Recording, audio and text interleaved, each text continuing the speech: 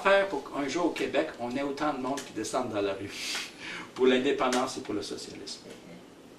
Mais ça, c'est le défi qu'on a ici maintenant. Mais donc, résumé, je ne veux pas charrier, personne ne peut prédire ce qui va se passer parce qu'on n'a pas des boules de cristal. Mais ce qui se passe actuellement en Europe, c'est très significatif parce qu'encore une fois, ce n'est pas dans le tiers-monde. C'est dans un pays avancé. On a toujours dit que les maillons faibles... Lénine disait que les maillons faibles étaient dans les pays les plus faibles économiquement, etc. Mais là, maintenant, on est dans le berceau de la démocratie, puis on est dans un des grands pays européens. C'est sûr que ceux qui vont nous dire « Ah, mais le socialiste aujourd'hui, c'est plus à l'ordre du jour, c'est fini, etc. » Imagine qu'est-ce qui se passerait si demain matin, eux autres, ils réussissaient à prendre le pouvoir.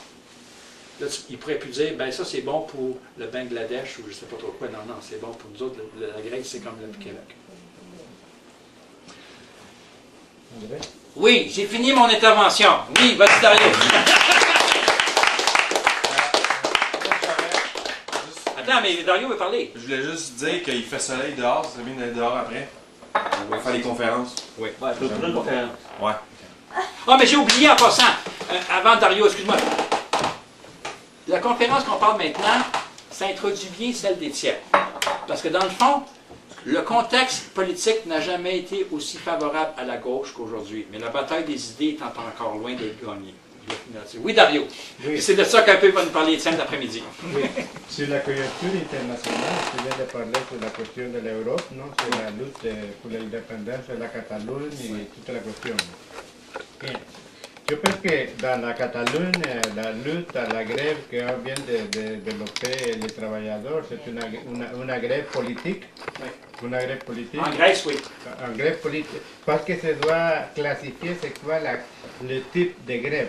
C'est une grève à la fois pour arrêter le plan d'austérité, mais c'est aussi une grève pour demander le pouvoir. Ils veulent faire tomber le gouvernement et mettre un pouvoir politique. Une grève politique. Oui. Il n'y a pas de grève d'intérêt économique.